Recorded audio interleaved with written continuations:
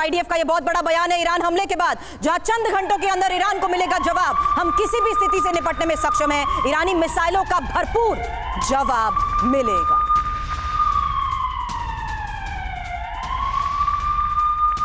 पिछले कई घंटों के इस हालात के बीच चर्चा इसी बारे में हो रही है कि ईरान के हमले के बाद आगे होगा क्या। कुछ सवाल हैं, आइए समझते हैं और इन्हीं सवालों के तहत आगे जवाब लूंगी। क्योंकि क्या इजराइल ईरान की जंग विश्व युद्ध में बदल जाएगी? गाजा के बाद जंग के नए मोर्चे से न्यूक्लियर तबाही आएगी? परमाणु जंग छिड़ी तो क्या मुस्लिम देश ईरान का साथ देंगे?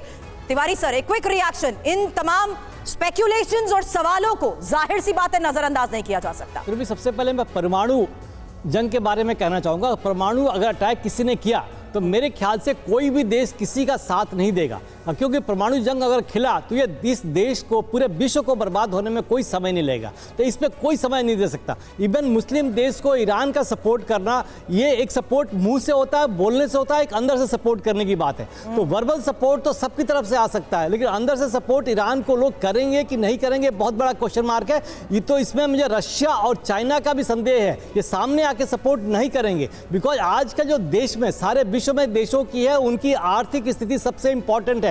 अभी देश की भावना, लड़ाई के कोई नहीं चाहता, सारे देश जैसे अपने कोई लड़ाई नहीं चाहता, लेकिन परमाणु जंग की चर्चा क्यों? Sumit, quick response. देखिए, परमाणु जंग की चर्चा इसलिए हो रही है क्योंकि ईरान ने जो परमाणु ताकत अपनी हासिल की है, इजराइल के पास भी वो चीजें, तो ऐसे में कहीं से भी, किसी से भी कोई गलती हो गई और किसी भी देश ने अगर अपने सबसे, आप कहते हैं ना कि ज्यादा डिटरेंस के लिए वो इस्तेमाल कर लिया, तो फिर तो निश्चित तौर पर ये सारे देश उसमें कूद पड़ेंगे और सारे देश उसमें कूद पड़ेंगे। सुमित, फाइनल कमेंट, मुस्लिम देश ईरान का साथ देंगे?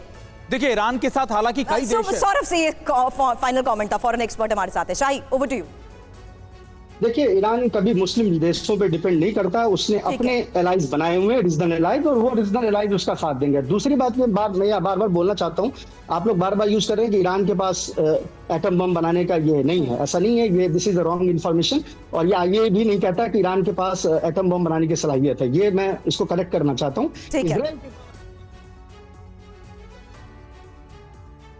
नहीं है तो मैं इसको करेक्ट करना चाहता हूं, तो ये बार बार बोले लोग यहाँ पे इसको मेंशन कर रहे हैं, this is a wrong information. Okay Sumit, अपनी बात कंप्लीट करें। देखिए, बिल्कुल, देखिए, ईरान के पास भले ही आप कह सकते हैं कि मुस्लिम देशों का समर्थन उसके बाद धीरे धीरे आ गया, हालांकि वो खुलकर वो किसी की उसकी जरूरत नहीं है। ईरान ने अपने आप को जिस तरीके से सैंक्शंस होने के बावजूद अपने आप को तैयार किया, जिस तरीके से अपने आप को बनाया, वो एक निश्चित तौर पर एक उसके लिए सबसे बड़ा स्ट्रॉन्गेस्ट पॉइंट है उसके लिए, क्योंकि यूएस और यूरोप के सैंक्शंस के बाद भी उसने अपनी इकोनॉमी को बचाए रखा, अपनी चीजों को बढ़ा के रखा, अपने हथियारों के जखीरे को बढ़ाया। तो निश्चित और फिर भी सुमित इसलिए कह रहे थे कि ईरान के पास परमाणु क्षमता है, क्योंकि ये सुमित का बयान नहीं है, ये आईएईए का बयान है। 3 दिन पहले उन्होंने दिया था। अगर किसी को भी संदेह है तो वो चेक कर सकते हैं। चलिए, शुक्रिया आप सभी का हमें ज्वाइन करने के लिए। लेकिन इस वक्त की बड़ी खबर यही है कि चंद घंटों के अंदर ईरान को मिलेगा जवाब और आईडीएफ इसको लेकर दावे कर रहा है, कह रहा है हम किसी भी स्थिति से निपटने में हैं सक्षम।